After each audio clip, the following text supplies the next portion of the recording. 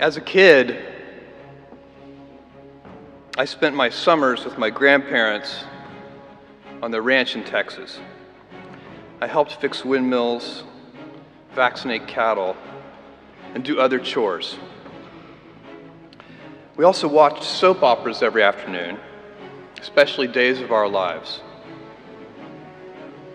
My grandparents belonged to a caravan club, a group of Airstream trailer owners who traveled together around the US and Canada. And every few summers, we'd join the caravan.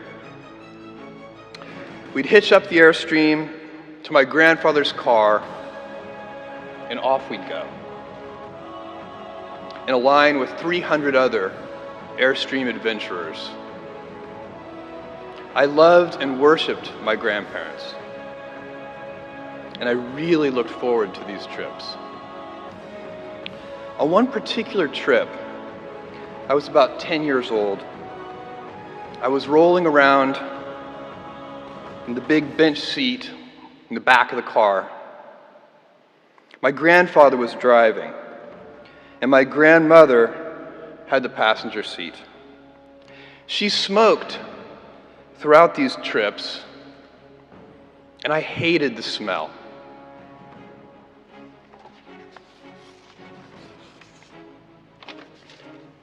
At that age, I'd take any excuse to make estimates and do minor arithmetic.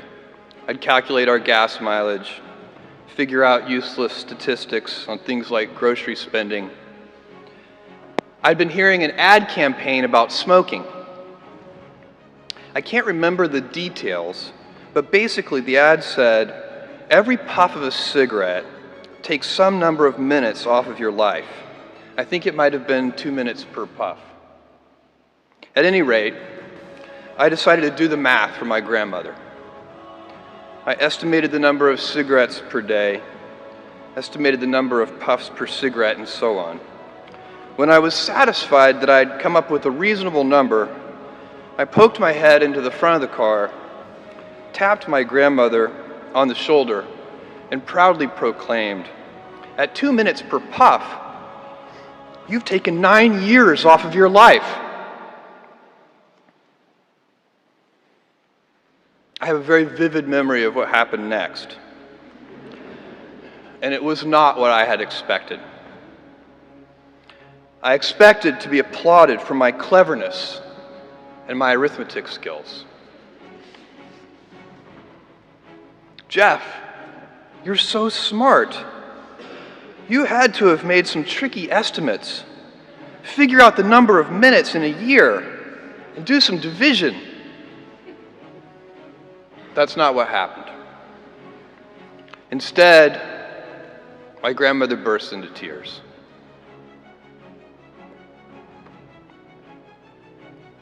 I sat in the back seat. I didn't know what to do while my grandmother was crying. My grandfather, who'd been driving in silence, pulled over onto the shoulder of the highway. He got out of the car and came around and opened my door and waited for me to follow. Was I in trouble? My grandfather was a highly intelligent, quiet man. He had never said a harsh word to me, and maybe this was to be the first time. Or maybe he would ask that I get back in the car and apologize to my grandmother. I had no experience in this realm with my grandparents, and no way to gauge what the consequences might be. We stopped beside the trailer. My grandfather looked at me, and after a bit of silence, he gently and calmly said, "Jeff, one day you'll understand that it's harder to be kind than clever."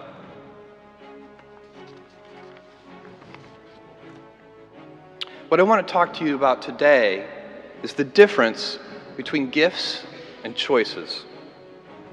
Cleverness is a gift. Kindness is a choice. Gifts are easy. They're given after all. Choices can be hard. You can seduce yourself with your gifts if you're not careful. And if you do, it'll probably be to the detriment of your choices. This is a group with many gifts. I'm sure one of your gifts is the gift of a smart and capable brain. I'm confident that's the case because admission is competitive. And if there weren't some signs that you're clever, the dean of admissions wouldn't have let you in. Your smarts will come in handy because you will travel in a land of marvels. We humans, plodding as we are, will astonish ourselves. We'll invent ways to generate clean energy, and a lot of it. Atom by atom, we'll assemble small machines that can enter cell walls and make repairs. This month comes the extraordinary but inevitable news that we've synthesized life. In the coming years, we'll not only synthesize it, but engineer it to specifications. I believe you'll even see us understand the human brain. Jules Verne, Mark Twain, Galileo, Newton, all the curious from the ages would have wanted to be alive, most of all, right now.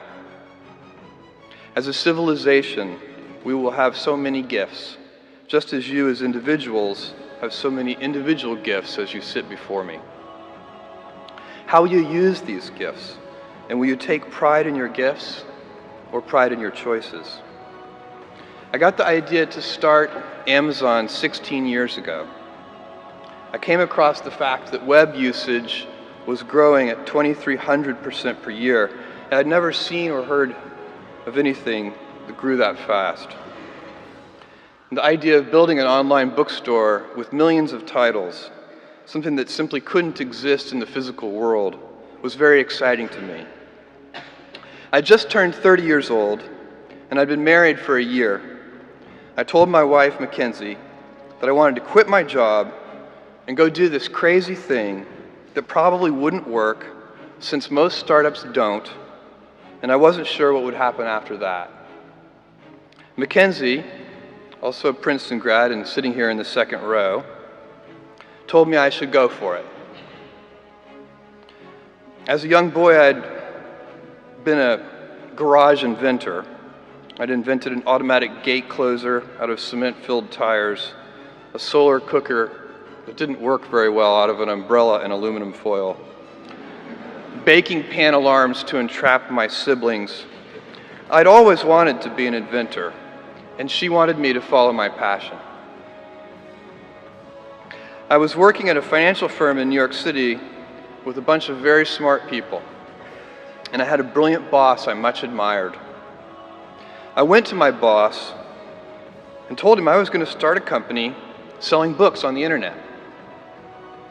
He took me on a long walk in Central Park, listened carefully to me, and finally said, "That sounds like a really good idea, but it would be an even better idea for someone who didn't already have a good job."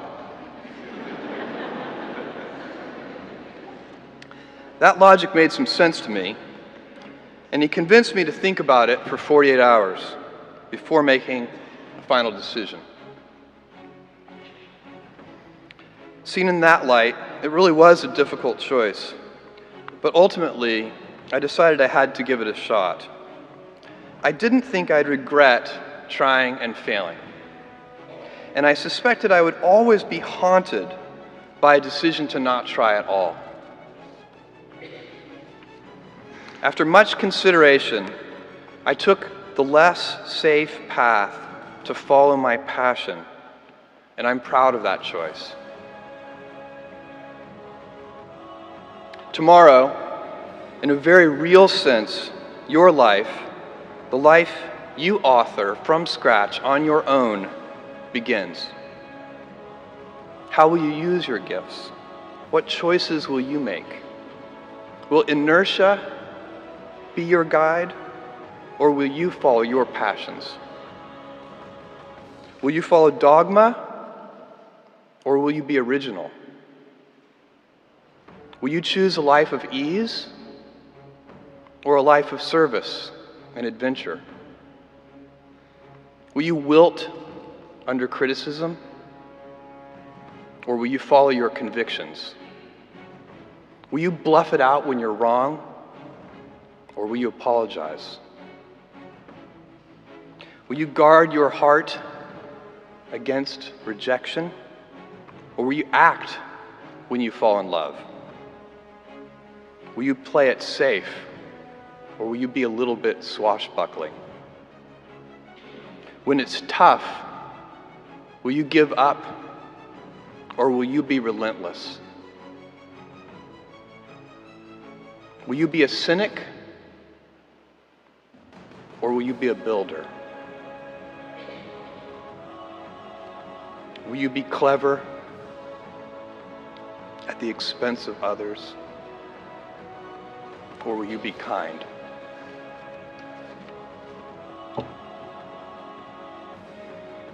I will hazard a prediction. When you are 80 years old, and in a quiet moment of reflection, narrating for only yourself the most personal version of your life story, the telling that will be most compact and meaningful will be the series of choices you have made. In the end, we are our choices. Build yourself a great story. Thank you, and good luck.